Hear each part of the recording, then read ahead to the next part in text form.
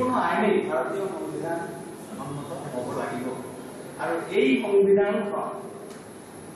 ৰচনা কৰিছিল ডক্টৰ বাবা চাহেব আম্বেদকাৰ ৰচনা কৰিছিল। এইটো আমাৰ কাৰণে পৰম সৌভাগ্যৰ বিষয়। যেতিয়াই নেকি ভাৰতবৰ্ষত বিভিন্ন অন্যায় অত্যাচাৰ বিভিন্ন সময়ত দুৰ্যোগ আহিছিলে তেতিয়াই ভাৰতবৰ্ষত ৰক্ষা কৰিবৰ কাৰণে বিভিন্ন মনীষী জন্মগ্ৰহণ কৰিছিলে আৰু তাৰ মাজৰ পৰা অনুসূচিত জাতি জনজাতি বা পিছপৰা সম্প্ৰদায়ৰ পৰাও বিভিন্ন নেতা আহিছিল। যেনেকৈ নেকি যেতিয়া নেকি ভাৰতবৰ্ষৰ ভাগৱত ৰচনা কৰাৰ সময় আহিছিল, যেতিয়া নেকি গীতাৰ কথা আহিছিল, যেতিয়া নেকি মহাভাৰতৰ ৰচনা সময় আহিছিল, তেতিয়া ব্যাসদেৱ আহিছিল। ব্যাসদেৱৰ পূৰ্বপুৰুষ আছিলে ব্যাসদেৱৰ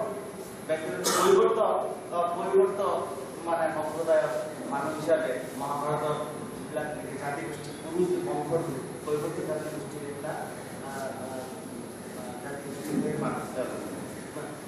ঠিক তেনেকা পৰাশৰ যেতিয়া আহিলে বেগ ৰচনা কৰিব লগা হ'ল, বেগৰ ৰচনা কৰিব লগা হ'ল, তেতিয়া পৰাশৰ আহিলে। পৰাশৰ মুনি চন্দ্ৰৰ মানুহ আছে। ঠিক তেনেকা আধুনিক যুগত আমাৰ বহুত মনীষী আহিছে। তাৰ মাজত লাষ্ট আমাৰ যেতিয়া ভাৰতৰ প্ৰধান দুৰ্যোগ ফিল্ম দেখাইছিল অলপ আগত, কেনেকা দুৰ্যোগৰ মাজত কেনেকা দুষ্ণৰ মাজত জাতিৰ মানুহ বা নিম্ন শ্ৰেণীৰ মানুহবিলাকে ভূমিকা কৰিছিলে। সেই সময়তে এই জাতিটোক ৰক্ষা কৰিবৰ কাৰণে ভীমৰাও আম্বেদকাৰৰ জন্ম হৈছিল আৰু ডক্টৰ ভীমৰাও আম্বেদকাৰৰ ওপৰত অৱশেষত তেওঁ অতি সাধনাৰ ফলত অতি কষ্টৰ ফলত তেওঁ সংবিধান নিযুক্ত হ'ল আৰু তেতিয়া ভাৰতৰ সংবিধান আহিল। আৰু ভাৰতৰ সংবিধানত তেওঁ দেখিলে যে এই জাতিক যদি ৰক্ষা কৰিব যোৱা যায় তেতিয়াহ'লে কিছুমান সাংবিধানিক কবচ আমাৰ সৃষ্টি কৰি দিব লাগিব। সেই সাংবিধানিক কবচটো দিলে তেওঁ ৰিজাৰ্ভেশ্যন প্ৰভাৱ সৃষ্টি কৰি দিলে। আমাৰ ভাৰতৰ সংবিধানত তেওঁ ৰিজাৰ্ভেশ্যন আনি দিলে। যদি নেকি ৰিজাৰ্ভেশ্যন দিয়া নাযায় তেতিয়াহ'লে অনুসূচিত জাতি জনজাতি বা ওবিচি এছটি ওবিচি এমওবিচি কাৰোৰে কোনো মুক্ত উঠি অহাৰ ৰাস্তা নাথাকিব বুলি তেওঁ ভাবি তেওঁ ভাৰতীয় সংবিধান যেতিয়া ৰচনা কৰাৰ চেয়াৰমেন পদত অধিষ্ঠিত হ'ল, তেতিয়া তেওঁ সংবিধানটো কিছুমান সন্নিৱিষ্ট কৰিলে সংবিধানক যাতে আমাৰ কাৰণে ৰিজাৰ্ভেশ্যন থাকে। আৰু সেই ৰিজাৰ্ভেশ্যনৰ ওপৰত ভিত্তি কৰি আজি আমি কিন্তু এইটো অৱস্থালৈকে উপনীত হ'ব পাৰিছো। এতিয়া বিভিন্ন ধৰণৰ সমালোচনা বিভিন্ন জায়গাত আহিছে যে ৰিজাৰ্ভেশ্যন ভাৰতবৰ্ষ স্বাধীন হোৱা 60 বছৰ পিছতো কি ৰিজাৰ্ভেশ্যনৰ প্ৰয়োজন আছে নেকি, এই কথাটো বিভিন্ন জায়গাত আলোচিত হয়, সমালোচনা কৰে সমালোচকসকলে। কিন্তু যদি দেখা যায় যে আম্বেদকাৰ যি সপোন দেখিছিলে সেই সপোনক সাৰ্থক হ'বলৈ দিয়া নাই। এক শ্ৰেণীৰ স্বাৰ্থবাদী মানুহ, এক শ্ৰেণীৰ ৰাজনৈতিক দালালে যিবিলাক নেকি নিম্ন শ্ৰেণীৰ মানুহক এতিয়ালৈকে পদদলিত কৰি দলিত কৰি ৰাখিব খুজিছে, সেই শ্ৰেণীৰ মানুহে আজি আম্বেদকাৰৰ এই ভাৱনা 10 বছৰৰ কাৰণে ৰিজাৰ্ভেশ্যনৰ সৃষ্টি কৰিছিলে। তেওঁ ভাবিছিলে 10 বছৰৰ মাজত অনুসূচিত জাতিৰ মানুহ, দলিত শ্ৰেণীৰ মানুহ, জনজাতিৰ মানুহ তেওঁলোকৰ উন্নতিৰ এটা শিখৰত সমপৰ্যায়ত উপনীত হ'ব। কিন্তু তেওঁলোকক উপনীত হ'ব নিদিলে। 10 বছৰ পাৰ হৈ গ'ল, 60 বছৰ পাৰ হৈ গ'ল, আজিও আমাৰ মাজত আমি একটা ক্ষমতা প্ৰাপ্তি কিন্তু আমি হোৱা নাই। আমি যি দলিত আছিলো অলপ উন্নতি হৈছে, এই আমি দলিতেই থাকিল। তাৰ প্ৰকৃষ্ট উদাহৰণ 1200ৰ ওপৰত য'ত নেকি ৰিজাৰ্ভেশ্যন নাই, তাত কি দুৰৱস্থা আপোনালোকে চাব। जहाँ में रिजर्वेशन नहीं है उसमें क्या अवस्था है, क्या है। 1200 का ऊपर हाईकोर्ट में जा जाए आज हमारे इंडिया में 1200 का ऊपर यहाँ मात्र शेड्यूल कास्ट जास्त केजन আছে জানে মাত্র 4 জন, মাত্র 4 জন 1200 মাজত शेड्यूल कास्ट जास्त আছে মাত্র 4 জন। शेड्यूल कास्ट কমিশনে বুঝিলে কি কারণে शेड्यूल कास्ट जास्त নিযুক্ত নহয়, তো রিজার্ভেশনের কথাটো নাই। রাষ্ট্রপতি যে কেরালার আসিলে তেতিয়া কৈছিলে চার্জ দিয়া হ'ব অনুসূচিত জাতিৰ পৰা বা জনজাতিৰ পৰা। জনজাতিৰ এটা সুবিধা আছে মই কৈছো, কিন্তু অনুসূচিত জাতি যিটো সুবিধাৰ পৰা বঞ্চিত। কিহৰ কাৰণে বঞ্চিত? তাৰ ৰিজাৰ্ভেশ্যন নাই। ৰিজাৰ্ভেশ্যন নথকাৰ কাৰণে 4 জন জাজ আছে শিডিউল কাষ্টৰ, তাৰ মাজত লৰ্ড জুডিচিয়াৰীৰ পৰা যোৱা জাজবিলাকে 4 জন আছে গোটেই হাইকোৰ্টত। ডাইৰেক্ট কোনো জাজ ৰিক্ৰুটমেন্ট আজি হাইকোৰ্টত আজিলৈকে নহয় শিডিউল কাষ্ট কমিটিৰ পৰা। শিডিউল কাস্ট গভর্নমেন্টে উত্তর দিলে কি যে শিডিউল কাস্টের মাজত কোনো উপযুক্ত মানুষ নাই এই কথা আপনাদেরকে এই কথা মানি লবলে শিডিউল কাস্টের মাজত কোনো উপযুক্ত মানুষ নাই সারা ইন্ডিয়া সবথেকে আরো প্রশ্ন চিফ জাস্টিস হই গল চিফ জাস্টিস পর্যন্ত অনুষ্ঠিত জাতির পৰা হব পাৰে তাৰপৰে অনুষ্ঠিত জাতিৰ পৰা যাৰ কোনো উপযুক্ত মানুষ নাই অথচ তেওঁলোকে ট্ৰাইবেল আমাৰ ট্ৰাইবেল ভাইসকলকো আমাৰ অনুষ্ঠিত জনজাতিৰ মানুহকো হয়তো ডিফাৰেন্ট কৰিলেহেঁতেন কিন্তু ডিফাৰেন্ট কৰিব নোৱাৰিলে কিহৰ কাৰণে তেওঁলোকৰ ষ্টেট কোটা আছে আজি মিজোৰামৰ পৰা জাজ হ'ব হলে কোটা ট্ৰাইবেল জাজ এজনে হয় নাগালেণ্ডৰ পৰা জাজ হ'ব হলে নাগা মানুহ হয় মেঘালয়ৰ পৰা জাজ হ'ব হলে মেঘালয়ৰ কোটা মেঘালয়ৰ পৰা একজন ট্ৰাইবেল মানুহ হ'ব পাৰে কিন্তু অনুষ্ঠিত জাতিৰ মানুহৰ যেহেতু কোনো ষ্টেট নাই অনুষ্ঠিত জাতির মানুষের যেহেতু কোনো স্টেট নাই আমি রাজ্যের কারণে কোনোদিন দাবিও করে নাই আমার কোনো রাজ্যও নাই আমার কোনো অটোনমাস কাউন্সিলও নাই আমার একই নাই এই কারণে আমার যার ঘর আমার উপযুক্ত মানুষ নাই অথচ যদি কম্পারেটিভলি দেখা যায় অনুষ্ঠিত জাতির মানুষ বহু উপর স্থান পাই মেরিট গৈ আছে কিন্তু যেহেতু নাকি জাজৰ রিক্রুটমেন্ট পলিসি রিজার্ভেশনের কথাটো নাই গতিকে আমার উপযুক্ত মানুষ নাই তেতিয়াহলে এই শ্রেণীর মানুহে কেনেকৈ কব যে আজি রিজার্ভেশনের প্রয়োজন আছে না নাই ভারতবর্ষ রিজার্ভেশনের প্রয়োজন আছে না নাই যত থেকে একজন হাইকোর্টের জাজ নাইকিয়া হয়ে যায় নিযুক্ত হব নোৱাৰে যেটো যাতে অসমৰ 12শ জাজৰ মাজত নাই গতিকে তাত আমি সমান বুলি ক'ব পাৰোঁনে গতিকে ৰিজাৰ্ভেশনৰ প্ৰয়োজনীয়তা আছে না নাই আছে এতিয়ালৈকে আছে এই মুহূৰ্তলৈকে আছে গতিকে বাবা সাহেব আম্বেদকৰৰ সপোন আমি সাৰ্থক কৰিব লাগিব কিন্তু আন্দোলনৰ মাজেৰে মূল কথাটো আছিলে যে ভাৰতবৰ্ষত অনুষ্ঠিত জাতিৰ কাৰণে অসমত অনুষ্ঠিত জাতিৰ কাৰণে কিমান আইন আছে এইটো কথাহে আলোচনা কৰাৰ কথা আছিলে মই তো বাধ্যতামূলক কথা কৈ আছো কিন্তু ঘটনাটো হ'ল কি যে আইনটো মই একজন আইনৰ ওপৰত ব্যৱসায় কৰি চলা মানুহ আইনক মই অৱজ্ঞা কৰিব নোৱাৰো কিন্তু এটা কথা ক'ব লাগিব যে আইনৰ জাগাত পৰি থাকে হাজাৰ হাজাৰ আইন ৰচনা হৈছে সেইবিলাক ইমপ্লিমেন্টেশ্যন হোৱা নাই অনুষ্ঠিত জাতিৰ কাৰণে অসমত 1968 চনত যিটো আইন পাছ হ'ল অসমত SC ST reservation act 1978 SC ST reservation act 1983 rule হ'ল কিন্তু সেইটো জানো ইমপ্লিমেন্টেশ্যন হৈছে জানো সেইটো ইমপ্লিমেন্টেশ্যন হৈছে এবাৰ 23000 পোষ্ট শিডিউল কাষ্টৰ কাৰণে ব্যাকলগ SC ST কাৰণে আৰু আছে ST কাৰণে 19000 পোষ্টৰ ব্যাকলগ আমাৰ পৰ্যন্ত বৈশ্যতে আন্দোলন কৰিলে আজি আমাৰ সামন হৈ আছে আৰু আমাৰ এনেকা আমাৰ আন্দোলন বহুত আন্দোলন কৰিলে কিন্তু সেই ব্যাকলগৰ পূৰণ হৈছে আজিলৈকে ব্যাকলগৰ অংকই কমাই দিলে ব্যাকলগৰ অংক কৰি নতুন 100 পয়েন্ট পোস্টাৰ ৰোস্টাৰ আনি পেলাই গোটেই ব্যাকলগে নাইকিয়া কৰি পেলালে গতিকে অনুষ্ঠিত জাতি বঞ্চিত কৰাৰ কাৰণে কোনো আইন যদিও যিমানে থাকক আইন হাইকোর্ট আইন পাস একটা অর্ডারে পাস করে দিলে সাপোজ একটা অর্ডার পাস করে দিলে এই অর্ডার যদি সরকার বলবৎ না করে আপনি কি করবেন আপনি যে খুব বেশি কন্টেন্ট তাইলে কন্টেন্ট তাইলে বিভিন্ন কাজ দেখায় কন্টেন্ট ড্রপ হয়ে যাব গতিকে আইনে আমার প্রোটেকশন দিয়ে হয় এই কথাটো হয় যে আইনে কিছু পরিমাণে হোক আমার প্রোটেকশন দিছে কিন্তু আমার প্রোটেকশনের সবচেয়ে ডাঙৰ রাস্তা হল আমি সংগঠিত হওয়া যেনেকৈ বাবা সাহেবে কৈছিলে যে যেতিয়ালৈকে নেকি তুমি সংগঠিত নহবা তেতিয়ালৈকে আইন তোমাক একো কৰিব নোৱাৰে আজি সুপ্ৰিম কোৰ্টে নিৰ্দেশ দিছে অসমত কোনো জায়গাতে কোনো বন্ধ নচলিব বন্ধ হ'ব নোৱাৰে সুপ্ৰিম কোৰ্টৰ নিৰ্দেশ কিন্তু আইন সুপ্ৰিম কোৰ্টৰ নিৰ্দেশ মানে আইন সুপ্ৰিম কোৰ্টে কৈছে যে বন্ধ মানে দেশ বিৰোধী কাম বন্ধ মানে যোনে বন্ধ কৰিব সেই আইন বিৰোধী কাম কৰিছে তো বন্ধ হৈ আছে আজি বড়োলেণ্ডত হাজাৰ হাজাৰ মানুহ ৰেললাইনত বহি গৈছে আজি কাৰ্বি আংলঙত হাজাৰ হাজাৰ মানুহ ঘৰ জ্বলাই দি আছে পোষ্ট অফিচ জ্বলাই দি আছে চৰকাৰী অফিচ আদালত জ্বলাই দি আছে কিহৰ কাৰণে তেওঁলোকৰ দাবী আদায় কৰে আৰু দাবী আদায়ো হ'ব কাৰণ কি তেওঁলোকৰ হাতত তেওঁলোকৰ সংগঠন আছে তেওঁলোকৰ জোৰ আছে আৰু জোৰ যেতিয়া আছে তেতিয়াহ'লে তেওঁলোকৰ কাৰণে সব হ'ব বড়োলেণ্ড অটোনমাস কাউন্সিল হৈছে BTC হৈছে কাৰ্বি আংলং অটোনমাস কাউন্সিল হৈছে কিন্তু দুখৰ কথা হয় SC ST ভাগটো চলে ST আৰু SC একেই একটা আইনৰ অধীনতে চলে SC ST ৰিজাৰ্ভেশন একটাই আইন কিন্তু দুৰ্ভাগ্যৰ বিষয় এইটো যে SC মানুহ পপুলেশন বেশি থাকা সত্ত্বেও ইন্ডিয়াৰ 50% পপুলেশন ST মানুহৰ পপুলেশন 10% কিন্তু ST মানুহবিলাক আজি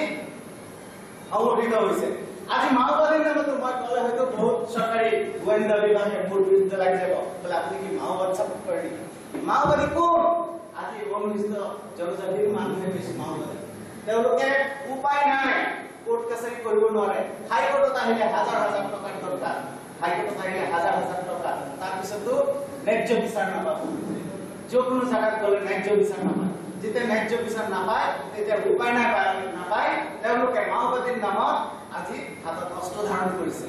আপুনি চাব মাওবাদৰ যিকোনো সদস্য তেওঁলোক ফাঁসি যিবিলাক নেকি আজি সাজা ভুগি আছে যিবিলাক নেকি জেলত আছে তাৰ বেছিভাগ ষ্টেটিষ্টিক্স লৈ চাওঁ তাৰ 90% অনুসূচিত জাতি আৰু জনজাতিৰ মানুহ আজি অনুসূচিত জাতি জনজাতিৰ মানুহৰ নামত কিবা যদি হয় আপুনি আজি অসমত আজি মাওবাদীৰ নামত অত্যাচাৰ হোৱা নাই কিন্তু যদি নেকি আপুনি মধ্যপ্ৰদেশ উত্তৰ প্ৰদেশৰ কিছু জায়গা বিহাৰ ঝাৰখণ্ড এইবিলাক মানুহ যদি আজি আন্দোলনত নামিছে তেতিয়ালৈ মাওবাদী চাপ মাৰি তেওঁলোকক জেলত সোমাই দি আছে তেওঁলোকৰ ফাঁসি সাৰা সোমাই দি আছে গতিকে তথাপিও বিৰছা মুণ্ডা আমাৰ মাজতে জন্মগ্ৰহণ কৰিছে বিৰছা মুণ্ডাক আমি পাহৰি যাব নোৱাৰো গতিকে বিৰছা মুণ্ডাৰ আদৰ্শ আমাৰ বাবা আম্বেদকৰৰ আদৰ্শ আছে গতিকে আমি সেই আদৰ্শ লৈ পেলাই এই আদৰ্শৰ অনুপ্ৰাণিত হৈ আমি যদি এতিয়াও ঐক্যবদ্ধ নহওঁ তেতিয়াহ'লে কিন্তু আমাৰ আমি কিন্তু দুদিন আৰু এটা চলাইয়ে আছে যে ৰিজাৰ্ভেশ্যনটো উঠাই দিব ৰিজাৰ্ভেশ্যনটো কিন্তু উঠাইও নিদিব এটা কথা চক্ৰান্ত ইয়াতে আছে ৰিজাৰ্ভেশ্যন কিন্তু উঠি নাযায় কাৰণ কি এইটো দি পেলাই ভোট বেংক হিচাপে দলিত মই একটা জায়গাত কৈছিলো যে মানে যদিও বেলেগ নাম নকওঁ কোনো political party this party makes man beggar and that party makes the man brute এক শ্ৰেণীৰ মানুহে বেগাৰ সৃষ্টি কৰে বিলো পভাৰ্টি লাইনৰ সৃষ্টি কৰি আছে বিলো পভাৰ্টি লাইন যে বিলো পভাৰ্টিৰ ওপৰত যাতে কোনো মানুহ উঠিব নোৱাৰে 37% মানুহ বিলো পভাৰ্টি লাইন 2 টকা চাউল খাব ভিখাৰী সৃষ্টি কৰিব ভোট বেংক সৃষ্টি কৰিব এইবিলাক মানুহে তেওঁলোকক ভোট দিব এইবিলাক মানুহে বুজিব আৰু সেই ভোট বেংক ভাঙাৰ কাৰণে আৰু একটা দল ওলাইছে আৰু একটা দল মানে একটা গ্ৰুপ অফ অৰ্গানাইজেশ্যন যিবিলাক নেকি কমিউনাল অৰ্গানাইজেশ্যন মই দলৰ নাম নকৈ কৈ আছো এই কমিউনাল অৰ্গানাইজেশ্যন বিলাকে এই যে বেগাৰবিলাক সৃষ্টি কৰি থৈছে বিলো পভাৰ্টি লাইন এই বেগাৰ নেক্সট দ্য বেগাৰ ব্ৰুট হেয়াত কৰিছে কি ব্ৰুট বনাই দি আছে তাৰমানে নহতে সাম্প্ৰদায়িকৰ নামত দাঙ্গা কৰ মাৰপিট কৰ ৰায়ট কৰি মত আৰু এই বিলো পভাৰ্টি লাইনৰ মানুহ মেক্সিমাম আছে এতিয়ালৈকে অনুষ্ঠিত জাতিৰ মানুহ জনজাতিৰ মানুহ গতিকে এই যে সরকারি ষড়যন্ত্র আমার বিরুদ্ধে এতিয়ালৈকে অব্যাহত রিজার্ভেশনের নামত যিখিনি রিজার্ভেশন আমার দিয়ে আছে যিখিনি দিয়ে আছে সেইখিনি আমাৰ মানুহ চাকৰি পোৱা নাই তাৰ মাজত বেছিভাগ মানুহে অন্য জাতিৰ মানুহে চাকৰি লৈ আছে অনুষ্ঠিত জাতিৰ নাম কৰি আমাৰ মাজত এক শ্ৰেণীৰ মানুহ আছে নিজৰ জাতটো লুকাই থয় মই অচিত চৰকাৰ মই বামুণৰ পোৱালি মই কায়স্থ মই নিজৰ জাতটো নকওঁ লুকাই ৰাখিছো এনেকুৱা মানুহ বহুত আছে বহুত আমাৰ মাজত আছে গতিকে মই একটা অনুরোধ করি আইনের নামে কথা দিছিলে তো আইনের নামে শেষ করি মই যে আইন যদি ইমপ্লিমেন্ট কৰিব লগা হয় আইন যিমানে বনাই দিব আৰু আইন বহুত বনাব পাৰে আপুনি প্ৰেছাৰ কৰিব আইন এটা বনাই দিলে বিল আনিব হাততালি মাৰি আইন পাছ কৰি দিব এই আইন হৈ পৰি থাকিব যেতিয়ালৈকে নেকি এই জাতিৰ জনগোষ্ঠীৰ মানুহ সংগঠিত নহব এই আইনৰ কোনো ভেলু নাই এই আইন ভেলুলেছ হৈ পৰি থাকিব হাইকোৰ্টতো চেম অৱস্থা গতিকে আইন ইমপ্লিমেন্ট কৰাৰ কাৰণে একটা বিৰাট ধৰণৰ একটা জনজাগৰণৰ প্ৰয়োজন আছে আমাৰ মাজত জনজাগৰণ হলে আইন নতুন আইন সৃষ্টিও হ'ব আমাৰ ফেভাৰত আৰু নতুন আইন ইমপ্লিমেন্টেশ্যনো হ'ব যেতিয়া ইমপ্লিমেন্টেশ্যন নহয় তেতিয়া সেই আইনবিলাক কোনো ভেলু নাই আৰু এটা কথা মই এইটো আমাৰ এগেইনষ্টে ক'ব খুজিছোঁ আমাৰ মানুহবিলাকৰ ধৈৰ্য কম আছে যেতিয়ালৈকে আইনত আহে এটা কথা কৈছোঁ আজি নেকি সুপ্ৰিম কোর্টের যিমান জাজমেন্ট আছে তার ম্যাক্সিমাম জাজমেंट আছে 80% জাজमेंट हमारे अगेंस्ट আছে हम लोग का अगेंस्ट में है 80% जाजमेंट इसका कारण क्या है इसका कारण ये है कि हम लोग का जो इधर में हम लोग हार जाता है हम लोग इधर में हार गया कोई केस में हम लोग इधर में हार गया हम लोग जीतते नहीं गया हम लोग के पास इतना ताकत भी नहीं है और इतना धैर्य भी नहीं है जिसका पास धैर्य है जिसका पैसा है जो जा सकता है सुप्रीम कोर्ट तो सुप्रीम कोर्ट नहीं पूछता है हम लोग नाम बोलता है सुप्रीम कोर्ट में जाओ हम लोग इधर में हार गए तो क्या हुआ सुप्रीम कोर्ट में जाना है केस कोर्ट में ऊपर गया है लेकिन हम लोग का इधर में जो केस करने को आता है वो बोलता है कि वकील ठीक नहीं है वो नहीं है तो मुक्त नहीं है वकील तब सुप्रीम कोर्ट क्यों है हाईकोर्ट में हार गया लोअर कोर्ट में हार गया हाईकोर्ट में आया हाईकोर्ट में भी हार गया तो सुप्रीम कोर्ट जाओ उधर में फाइट करना चाहिए लेकिन हम लोग का हमारे में फाइटिंग टेंडेंसी कमती है आई एक्सपीरियंस 25 years of इस कारण इधर में हाईकोर्ट में जो एक्सपीरियंस हुआ, जो सिस्टम लोग ट्राइबल लोग जो कोर्ट में आता है, लेकिन इधर कोई प्रकार से खराब हो जाने से वो लोग सुप्रीम कोर्ट में हाईकोर्ट को ले जाते हैं। इसलिए सुप्रीम कोर्ट में जितना केस है, कोई केस का अंदर 80% हम लोग का अगेंस्ट में है और 20% को तो हम लोग का उस केस में हम लोग का फेवर में है। इसलिए हाईकोर्ट में केस क्या है, हाईकोर्ट में हम लोग देखेगा केस हम लोग का फेवर में है, मेरिट है केस में, लेकिन सुप्रीम कोर्ट का एक जजमेंट मान के देखा जाएगा इधर पे लेके क्या ये अगेंस्ट में है, हम लोग का सुप्रीम कोर्ट अगेंस्ट में है, हाईकोर्ट के साथ में अगेंस्ट में चला जाता है। ऐसा भी होता है। इसलिए हम लोग बोलता है फाइट जेतिया करिब तेतिया धैर्य राखिब, धैर्य किन्तु बहुत साংঘাতিক কথা। फाइट माने सामूहिक स्तरत गणजागৰণৰ स्तरत फाइट माने जेतिया फाइट गणजागरण जेतिया आनिब तेतियाও धैर्যৰ দৰকাৰ, আৰু যেতিয়া আইনী ফাইট কৰিব, আইন যেতিয়া কৰিব যাব তেতিয়াও আপটো সুপ্ৰিম কোৰ্টলৈকে ফাইট কৰাৰ একটা মানসিকতা লৈ আমি ফাইট কৰিব লাগিব। আমাৰ বিভিন্ন সংগঠন বিভিন্ন ইয়াতে হাইকোৰ্টত ৰায় আহি আছে, যিবিলাক দেখি মই পুলিচত এংগেজ হোৱা নাই, মই কোৱা নাই যে গোটেই কেছবিলাক মই কৰিব এনেকুৱা নহয়। যিবিলাক কেছ মই দেখি আছো মোৰ চকুৰ সামনত SC ST কেছ, যাৰ যে অংক কৰে রুস্টার বাদ, রুস্টার কথা বাদ, রুস্টারের কথা তো নাই, আমার যে 25 রুস্টার আছে 1978 এক্টর, এই রুস্টারের কথা ইয়াত নাহে। যাতে হিসাব করে তিনটা পোস্ট আছে এই পাবনে না ইয়া SC না পায়, অঙ্ক করে দেখা গেল SC পয়েন্ট দেখা গেল 0.3 মানে 30 তলত আনি, গতিকে এইটো চিফ চাকৰি নাপায় বুলি কৈ জাজমেন্ট দি আছে ইয়াত হাইকোৰ্টত। ইয়াতে ৰুস্টাৰ মেইনটেইন কৰা হোৱা নাই, হাইকোৰ্টত জাজমেন্ট দি আছে, এই জাজমেন্ট কৰি চেক কৰি যাব লাগিব সুপ্ৰিম কোৰ্ট, কিন্তু মানুহবিলাক নাযায়, ইয়াতে বহি যায়। গতিকে মই সবকিছু উকিল নহয় ক'বও নোৱাৰো, কিছুমান কেছ চকুৰ সামনে থাকিব আছে, বিভিন্ন মানুহ লগাই গৈ আছে সুপ্ৰিম কোৰ্ট যোৱা কেছটো ভাল হ'ব সুপ্ৰিম কোৰ্ট, কিন্তু নাযায় আমাৰ মানুহবিলাক। গতিকে মই অনুৰোধ কৰিছো যে আইনৰ ইমপ্লিমেন্টেশনটো বহুত দৰকাৰ। আইনৰ সবতকৈ ডাঙৰ জায়গা হ'ল আইনৰ ৰক্ষক হিচাপে সুপ্ৰিম কোৰ্ট, মাজত আছে হাইকোৰ্ট, তাৰ তলত আছে লোয়াৰ কোৰ্ট। গতিকে আইনত যদি আমি ফাইট কৰো, কোৰ্ট কাছাৰী যদি ফাইট কৰা, আপনি সুপ্ৰিম কোৰ্টলৈকে ফাইট কৰা মানসিকতা থাকিব লাগিব। গণজাগৰণৰ ক্ষেত্ৰত আমি জাগৰণ আনিব লাগিব মানুহৰ মাজত, আমাৰ মানুহৰ মাজত জাগৰণ আনিব লাগিব। গতিকে জাগৰণ আনিলেহে আইন ইমপ্লিমেন্টেশন হ'ব। একটা আইনের কথা মনে থাকিব SC ST prevention of SC ST act cities act, ये आइन में कुछ भी नहीं है। अब बोल सकता है एकमात्र यूपी में ये आइन लागू हुआ, यूपी में मायावती जी आया है, बहन जी उधर में आने के बाद उधर में लागू हुआ, क्योंकि गवर्नमेंट का उधर में उम्मीद था कि ये आइन लागू करेगा। असल में क्या हुआ, असल में SC ST prevention of cities act में आप जाएगा इधर चेयरपर्सन कौन है, चेयरमैन जो प्रेसिडिंग ऑफिसर डिस्ट्रिक्ट जज, सेशन जज होता है प्रेसिडिंग ऑफिसर। अब सेशन जज में केस फाइल करने को जाइए, बोलेगा नहीं होगा इधर में फाइल, क्यों नहीं होगा, क्या आपको सीजीएम में जाना होगा, सीजीएम उसमें कमिट करेगा, इधर में भेजेगा तो होगा, सीजीएम क्या करेगा, पुलिस में देगा, पुलिस रिपोर्ट देगा SC कैसे नहीं, SC को गाली ही नहीं दिया,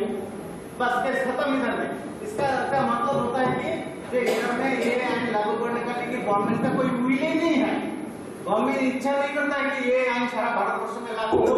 एकमात्र यूपी में लागू हुआ जब मायावती जी का सरकार आया, आपका सरकार आया। हम नहीं करता है कि मायावती का गुणगान नहीं कर रहा है, कारण मायावती जी का पार्टी का हम नहीं है, लेकिन जो सिर्फ का आवाज, दलित लोग का आवाज तो उठाया है मायावती जी, इसलिए बोल रहे हैं उनका हम लोग स्वीकार करनी होगी। तो इसलिए